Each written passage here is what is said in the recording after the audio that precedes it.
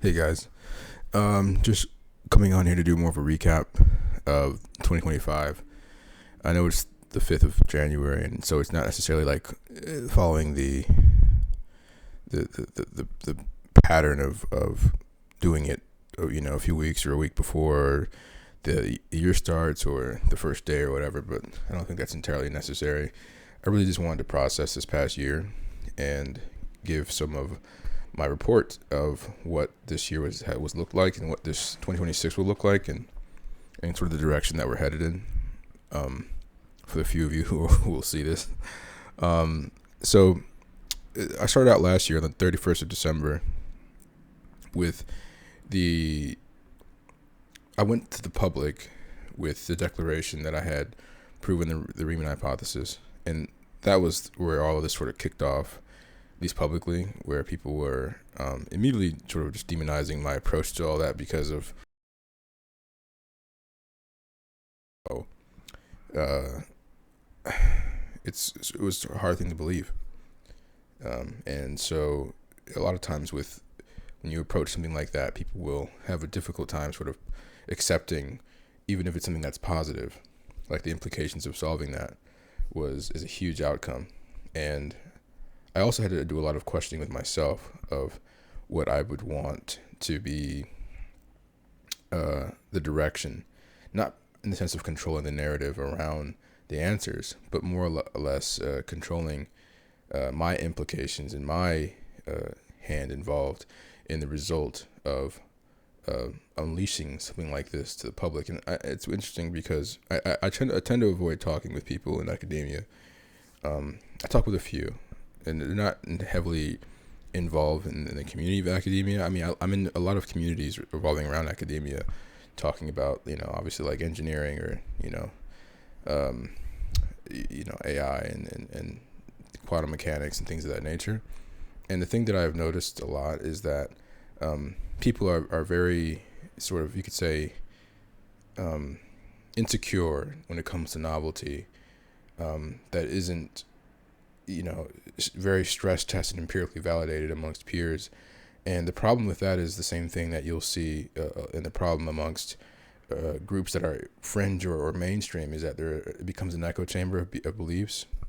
And I really have always avoided that my whole life. I've always preferred to kind of come up with my own observations and make my own understanding and rules based on what seems to be the most objective reality. And so I did that exact same thing when I approached quantum mechanics, when I approached understanding, meta systems. And I came up with my own sort of scaffolding that I now have ingested it and apply it to my entire understanding across the board of anything that I ingest is now metabolized through this internal scaffolding of questioning what roles are involved, what is the outcome of these roles, and how do these things maintain their structure. And the thing that you have to know is that if you're coming with anything heuristic, you're gonna be approaching from the wrong angle. And I'm a big believer in that how you approach your process to understanding information is incredibly crucial to the result. It's, in fact, it's like the number one thing.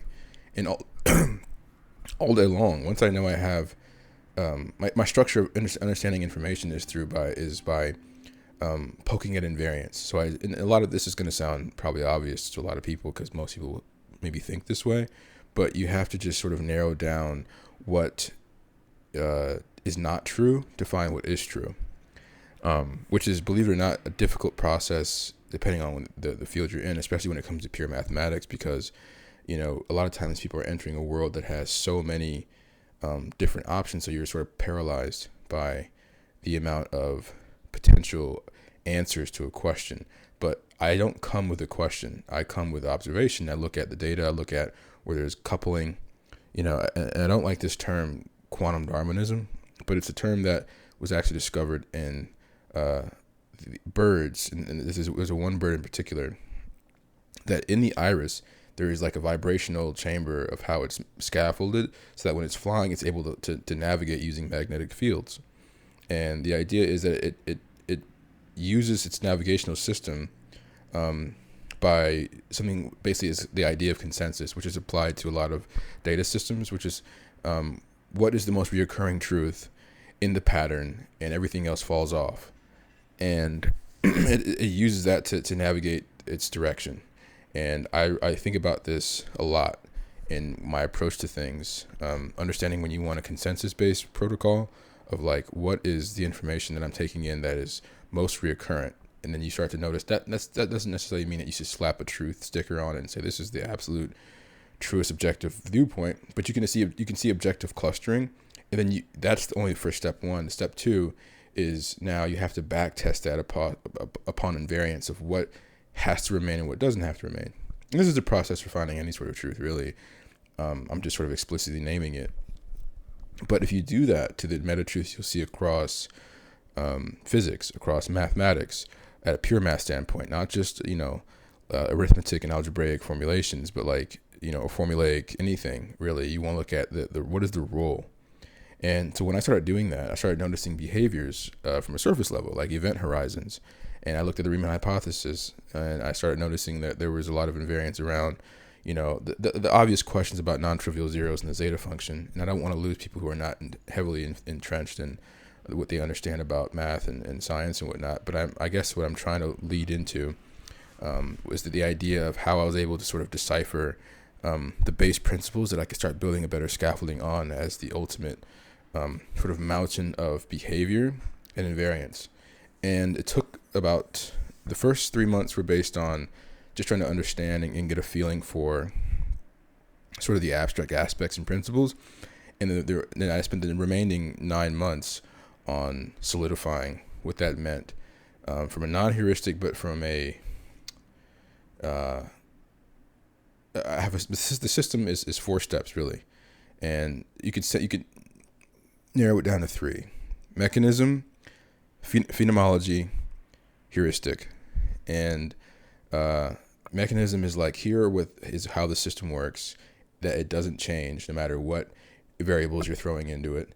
Phenomenology based on, well, when I introduce variables that are subjective and biased, what is the outcome when it's metabolized through that?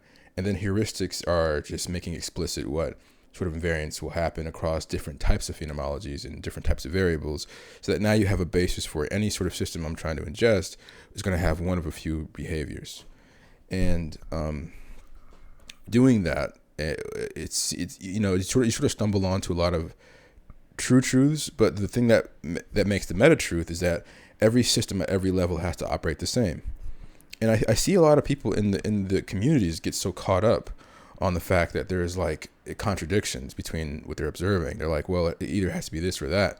And I don't subscribe to that kind of binary thinking naturally, but even more so, I've realized that if you can just compare, if you can compare what you're seeing and noticing the congruent through line, it opens up an entire new understanding that what I have really stood on is that 2 things. All systems that are true must operate at the same modular behavior across every level. And 2, the spectrum of contradictions is necessary. If you find something that has opposite behaviors and opposite properties, then they are automatically connected on a through line, or a spectrum rather, of distribution, and of distinguishability rather. And the thing that was a big unlock too was that realizing that in something called quantum reality theory, there's something called the Englert-Greenberger principle, which is an equation of visibility squared plus distinguishability squared is equal to or less than 1. And more or less what that's saying is that you have to have opposing principles on either side to create a series of properties. And it becomes like a mirrored version of it when you have like opposing or contrasting properties. And so if you apply that same mental framework and scaffolding to every level of reality in every field, whether it's medicine, whether it's biology, whether it's things that are abstract like the mind itself, which was my biggest focus for my whole life, but especially after the age of 17, I started studying neuroscience because I thought I was going to go into the field of being a neurosurgeon. And so I have my journals were filled with information about neuroscience. And then I realized that neurosurgeons were more or less putting out fires rather than it was neurological research. But then I also realized going and getting a PhD and then working at a college would have pigeonholed me into a certain line of thinking that would have sort of, it would have, as counterintuitive as it seems, it would have bucked original thinking. And I've always did my research in private, which is interesting because if you do research in private, the same thing that I've seen happen this year happens every time, is that people have nowhere to put you, especially if you're coming with original thinking about anything, and it falls apart because individuals will feel constrained by your ontological framework because it won't be compatible with what they've ingested as what is objective, and so it becomes a question of ontology. And I've showed a few people my papers, because they were the loudest of the individuals who were just like, I came to the public with a few products that I was really nervous about, because whenever you come to the public with an idea or with something you've made, they start picking it apart, because for one, if it doesn't seem, all information has to be recreated locally in the person's mind. Information does not travel. Information is recreated. And so, and that applies to systems, whether it's internet protocols or anything you can think of, distributive systems. Information does not travel. It is recreated at every level. And so information that receives your mind has to be recreated based on the properties in your mind allows. And if you don't have the properties in your mind that allows that sort of to recreate it accurately, you're going to get information wrong constantly. And that's kind of what happens, that we perceive reality based on the information we have in our minds, and then we recreate it, and it'll be subjectively filtered through our cognitive lens. And so whenever people perceive what I'm presenting as a solution, for one, I had to understand this year, and I understood this on the back half, around the third quarter of this year, that the information for information's sake is not the game being played by the highest level. They're playing a bureaucratic game. Science, the markets, all of it is more of a proxy symbol for movement is happening, but it's not for accurately reading the behavior at a democratic level. Meaning, people are not influencing the macro elements the way they think they are, because they don't need you anymore. There's no leverage you can offer, like AI or all these things. People talk about an AI bubble. It's not an AI bubble. It's a cloud infrastructure bubble. The cloud infrastructure bubble is built upon the data centers, and data centers are built upon chips and all these things. And really all of it is just, it's taking in and mining data from everyone across the board. And people are freaking out about, well, information is going to be stolen. And I'm like, well, they kind of already have it. Like, it's not something to really get up in arms about. I think the best thing you can focus on, and this is the thing that I preach the most, is there's going to be a lot of chaos with people and how they react to things. Everyone gets scared, and everyone's high volatility, and they start reacting in irrational ways. And this is going to cause a lot of turmoil for people, because no one's going to have a level head. And that's the thing that I've always been most afraid of, but it's not something I freak out about. It's something that I prepare for. And so I tell people, like, hey, the best thing you can do right now is prepare your mindset for how you're going to react when things happen. Prepare the way you think about things. If you have a controlled way of thinking, then reactions and the chemicals that sort of try to impede that process don't have the leverage that they would have if you were sort of flying by the seat of your pants. Now, that's easier said than done, and I have a natural proclivity towards doing that, but I don't think it's necessarily wrong. And if you even have small versions of it that are you putting in practice, then at least you will be better off than someone who has no sort of internal scaffolding prepared for, emotionally high times of history. And we have a lot of history we can look at, speaking of history, that offers information and insight into how do people react. And most of my time I spend looking back at history to see, I measured all of the bubbles, right? The marketing bubble, in terms of the .com bubble, the mortgage bubble, which was popped in 2008, right? And you could even go back to the 1900s and you look at the Standard Oil and sort of that bubble behind assembly lines, and that sort of behavior at the beginning of the Industrial Revolution was really the change of how we do business. Capitalism could thrive based on the fact that we had assembly systems, we had things that could be automated. Automation is the thing that all humans are seeking because they like the idea that we can spend less of our time on menial tasks and more times doing the things that mean the most to us as a people, connecting with one another and spending time with one another, embracing our cultures, growing together and sharing love. And this is the thing that we all end up doing backwards because we seek structures that allow that, but you spend your whole life working on the structure and never actually engaging with people at that meaningful, connecting level. And that's the problem I've done a lot of my life, and I still do to some degree, because I realize that there are certain invariants I cannot bypass, but there's also a ton of moments throughout the day that I'm not taking advantage of.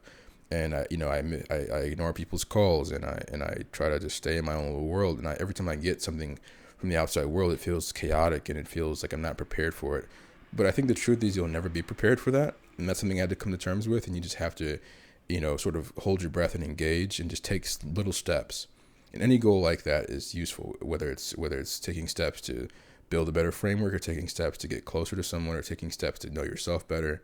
And my theory is always that if I know myself more effectively and I have every single piece, sort of organized, then it'll make it so that I can better connect with others. And that's only true for part of it, because humans are dynamic people. They're dynamic individuals. They're complex organisms. And so not everything is going to have a logical precedence. People are going to react differently than what I'm prepared for. And oftentimes I would get tripped up because I was expecting them to sort of follow a script that I had to create for my own self, because I don't have this sort of dynamic ability to connect with others. And I'm always in my head. And the unlock I had this year too, and this is one of the things that was an unlock this year, is that if you're just being present and you're giving people a good emotional experience, if you're trying to provide value and make people feel good and feel better about their lives, not artificially either, you can just make people feel good by taking a genuine interest in others. And so when I'm with people, no matter who it is, I look them in the eye and I ask them how they're feeling, and I mean it when I ask. And I try to, encourage them, because if you operate from a state of emotional abundance and you're giving out positive emotions, a lot of it becomes reciprocal anyway. And they feel better, and they feel closer to you. And that's how you connect with other people. And if you stop thinking about so much of what you need and what your needs are and how you're being received and how you're looking to people, and your anxious brain is just running a million miles a second with thoughts. But if you can kind of quell that and focus on being present and not needing anything and just giving, then people will end up giving that energy back to you, which will then make you feel better anyway. And so it becomes that positive feedback loop. And that's one of the things that I think is the biggest unlocks in my life, because I now come from a state of like emotional abundance. And it's been one of those things that has opened the doors to making genuine friendships that I always felt like most of my life I never had, because I was not able to really connect with people, because I think I was searching for something that they would give me, instead of me coming with the intention of like, how can I give you a good experience here? Not at the sacrifice of your principles, but at the sacrifice of something that is not really a sacrifice. It's just withdrawing from the anxiety, withdrawing from the overthinking.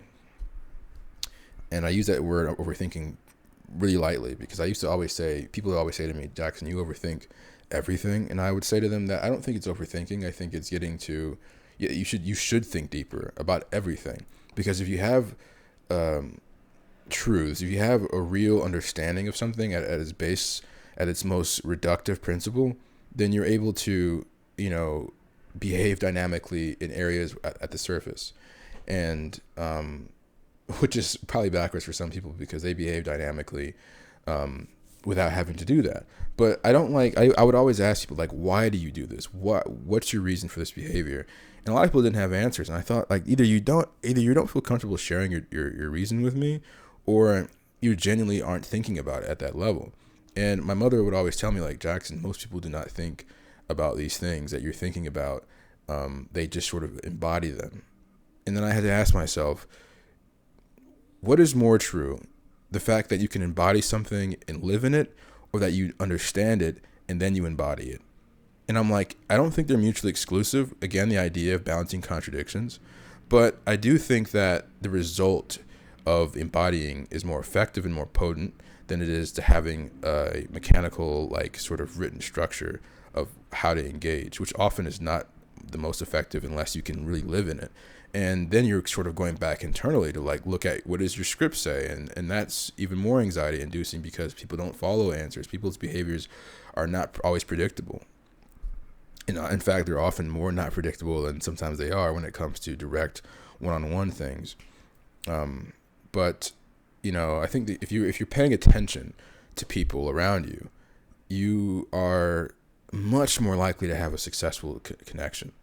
And you're probably wondering, why am I going down this rabbit hole when I was just talking about systems and what I was doing this year? But obviously, it's to share my sort of report of how this year went. But more importantly, it's this all is really connected for that. All the protocols I really make are because I see that there's a huge deficit in the world today. The bubble that we have is a few things. A bubble that people feel afraid because they feel like they're losing the thing that makes them most useful and important in the world, is that they have cognition, right? That's one of the biggest things that people are afraid of, because cognition is one of the only things that we have on this planet that separates us from other beings, sentient beings, from other things. We have the mind is an incredibly, amazing, complex thing. Consciousness is a gift. Free will is a gift, and people argue free will, and I'm like, free will is bled through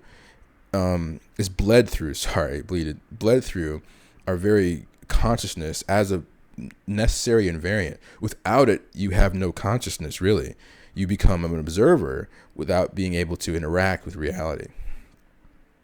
And the things that really bind us is the fact that we have the choice. The thing that connects us is that I choose to connect with you, and that's why it's genuine, And obviously people can deceive, but I feel like, there's a lot of contextual variables that you can associate to know whether or not that's correct. So the thing that really makes the most sense, with all these things included, right? The hysteria around AI, like, oh, AI is going to take my job. And it's like, well, unfortunately, we are in a singularity where AI is getting really effective at doing isolated tasks. And so depending on what you provide to the world, that will change. And it'll become increasingly difficult to provide value if you don't have a skill set supporting that. But I think you're giving yourself not enough credit for what you're able to adapt into.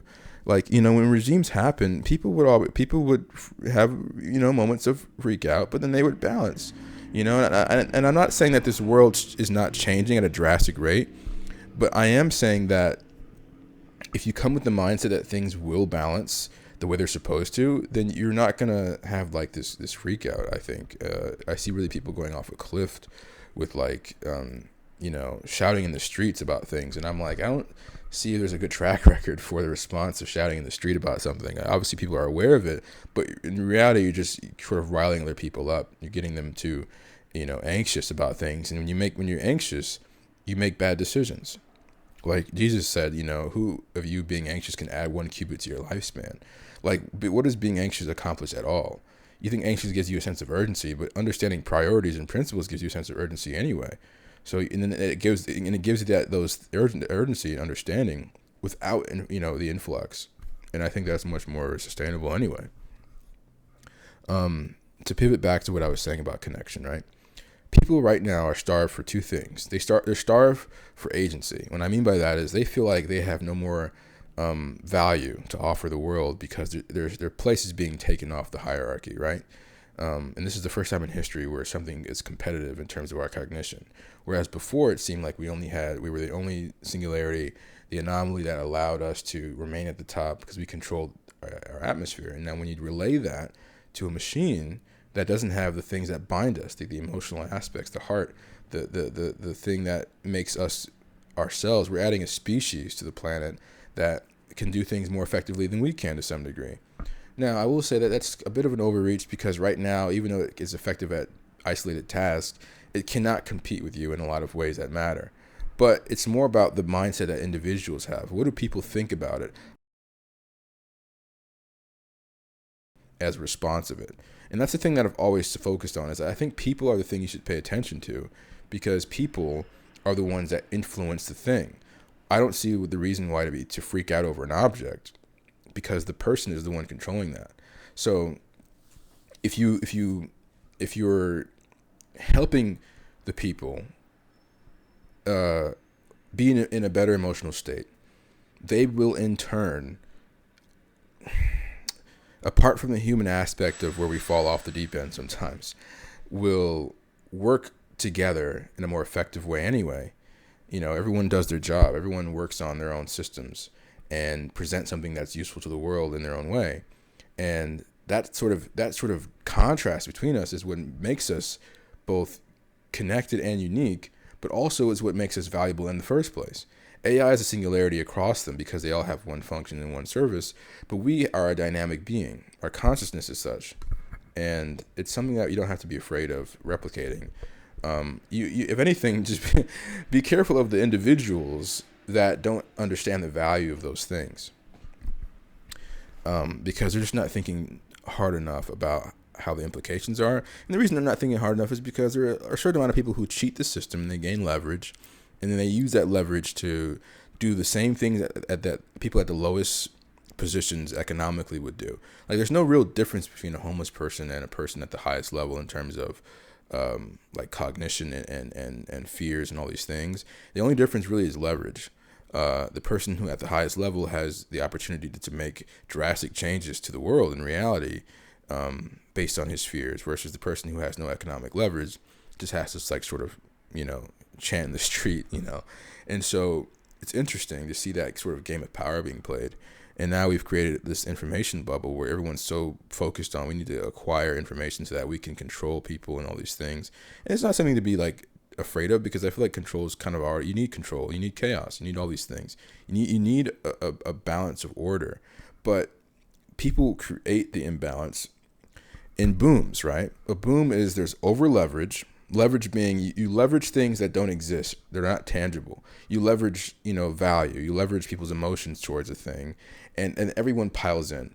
And then immediately when you're stacking it that high, the other side of control is sitting there looking like, okay, well, now I'm going to have to sort of level this out. And so that's just how all systems work in a way that almost you can't even see it because it's invisible, because that's just the distribution of energy. And all this emotion and material things equate to energy in that aspect. And the energy needs gravity. Gravity is the sort of controller of energy. It's equitable distribution. It's a consistent measure based on the mass. It's a pretty equal. It's a pretty easy formula. And so it's like they run into the same thing over and over again. It happens every bubble, and they'll leverage the hype. They'll leverage something that's real, and then everyone wants to be a part of it because they see, they're just thinking about, I can feed my family, I can have a new boat, I can, pay off my loans, whatever it is. And that's the same thing since the beginning of time. And then they hop in, and especially now because information is rampant because of technology. Before, I just kind of heard about it and they, whatever. They hop in, the cash flow, rather the ceiling of how much you can do in this field is reached, right? That's a constraint. Or there's just, there's not enough this, not enough that. with the current infrastructure now, there's literally just not enough energy. The cloud bubble comes from the fact that you cannot plug in, which is the most silly, primitive reason to have this be a constraint. But you just don't have any more energy to give to this operational situation. The problem now is that it's been bled through every aspect of technological invariance across all industries, from the highest level of Google and Nvidia and OpenAI to your cashier's registration system at a local store. They all run on the same atmospheres of where can we metabolize information without the invariance of hardware. That's what cloud is. It's taking information and saying, hey, I know it's expensive and hard to manage information at this level in locally. So we'll take it for you and manage it for you, and you can access it like email. Like, you can just sign in and you'll have all your information there. All your pictures are stored, whatever, right? And now it's becoming increasingly expensive to do that at the highest levels, which will then trickle out. And then people's whole systems are going to be crumbling based on the fact that there's not, that the value of information and metabolizing it is so expensive. Now, I technically, not even technically, I really mechanistically have mapped out how you would be able to have energy and information taken care of without the cost. I came to the realization a few months ago that that is not the fear at the highest level, because we're not playing the game of fair distribution. It's they're focused on a whole nother thing and a whole nother trajectory. And with AI, they've eliminated the need for a democratic back and forth. They no longer need your input or your output, really. And with AI, that's being felt, right? And so now when you close the loop like that, it becomes about who has the highest amount of leverage and what is their desire. And that's not always a good situation to be in. In fact, it's a very terrible one for a lot of people. And that's where you get hysteria, because people can feel that even without consciously registering it. I'll tell you this fact. Did you know light, the light you see, the energy and the mechanism of light that is visible is only 17% of its entire ecosphere? Meaning, when you see light, there's the vast majority of what is happening with light and how the information is being displayed is not visible. That system applies across the board. We, as a visible being, are only a fraction of the actual effects being taken place. Our mind is vast. It's untetherable. The input between love and the emotion and the chemicals and the reactions of those things are not seen. They are felt.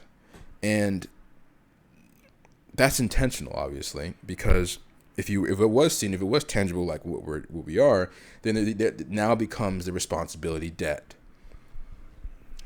Responsibility debt is an enormous, I can't even stress how high on the list responsibility debt is, but it's literally the mechanism of all systems that matters.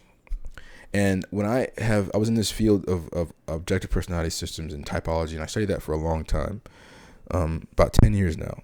And I've now since mapped invariance mechanistically to prove what is really happening cognitively that gives us personality.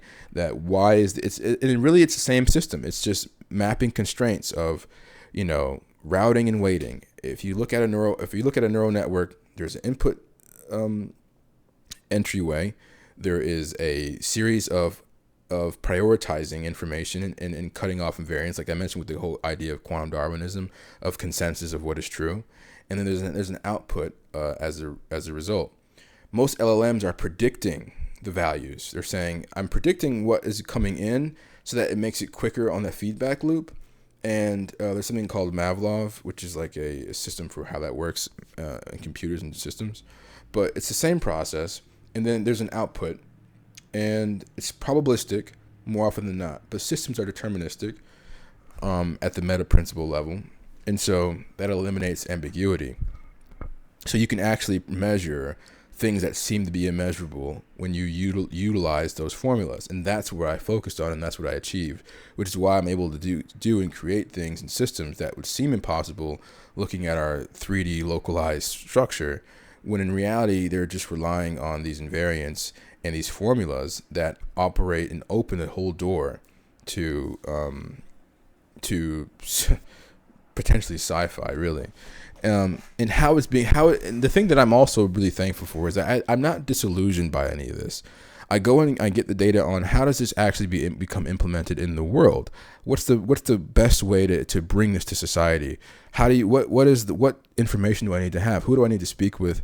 What is the setup for that? And then I go and do those things. And that's what 2026 is really going to be about a slow introduction, proving the system works, building upon that by getting attention and investors and all these things, and then offering something that is going to give people a leg up, which is, hey, here's agency back so you can know what is real and what's not real, which freaks people out. And so now you have the choice to toggle that, whether it's deception, whether it's AI, whether it's trajectory. You have all that at your fingertips. And then here's how I can implore you to use it to understand more about yourself, understand more about others, to eliminate the fear of how, what the future is going to look like, and focus on what is true, what has always been true, and how do I live in that. And that's really all I do all day long, forever. And I've delayed putting out things that I should have put out ages ago because of the fear of how it's going to be received, and then people pushing and shoving on the information that I have, and me not being able to explain it in a way that makes sense to them. And I have to do so much first principle work of really crossing the boundaries and the thresholds of like, how can I make this known in a way that you can understand what I'm saying? But then the thing is, if you show something that works, that is real, and that has results that are not achievable outside of what you presented, then you now have value. And you have to be so valuable with your thing, with your product, whatever it may be, that it cannot be ignored. Cal Newport said that. I think that was really solid. You produce something that is so valuable, it can't be ignored. People have to say, okay, how did you figure this out? It solves the constraint of, is it real and does it work? That's really all you have to do. And it's been easy to take in information that way, but difficult on the back end of crossing the threshold between what do people actually like, what do people actually want. And I've had to even though I've been paying attention to that, coming to the forefront with it is its own secondary process. You can understand in the abstract all day long how systems work, but can you cross the finish line with something that is, actually has that sort of value? And that has been not an easy journey because it requires, I can't tell you how much information I've had to learn this past year, and I'm just getting started, and having to really piece together how it works. And it's thankfully I love doing that. I kind of spend all day. I wake up in the morning, I read my Bible, I say a prayer, I have a coffee, and then I immediately begin working on. I'll do like a Sudoku puzzle while I'm watching like a video directly about what I'm going to be learning that day and what I'm going to be working on, so I can sort of understand the positioning of how to approach it. And I'll like just train. I do Sudoku because it's the game of invariance. It's an amazing game. I recommend playing it. I actually just won a tournament yesterday, and I blew them out of the water, surprisingly. I didn't think I was going to be that as good as it was. But I've been playing for about a month now, and it's really one of the best games ever because it forces your brain to build the muscle of invariance and reducing until you have the system that puzzles together. I'll be playing it for the rest of my life. That and chess. Fantastic games. And I don't take any notes because it forces your brain to hold the invariance in your mind. And I don't rely on hints or anything because you just have to get it together, and you become so much quicker and better. I can't get enough of it. In fact, I do too much of that throughout my days and weeks that I never check up and come outside of my little hole here to do anything besides just sort of puzzling together. And people are like, well, what do you have? If you had anything valuable, you'd be ahead by now. And I'm like, well, technically that's true, but I just never actually crossed the finish line with bringing it to the public. But 2026 will not be a repeat of that. I can tell you that much. Just sort of including new things in my routine that are going to move the needle forward. And I'm always sort of looking for that, but it's a slow process, but I don't take steps backwards. And that's something I'm really proud of. And so anyway, you guys will see that as I move along. Thank you for watching this. If you made it to the end, oh my gosh, give yourself a pat on the back. And I hope to see you guys soon. I'm going to be putting a lot of content. I'll be doing Twitch. I'm going to be writing on school.com, doing, different lessons and bringing that to the forefront.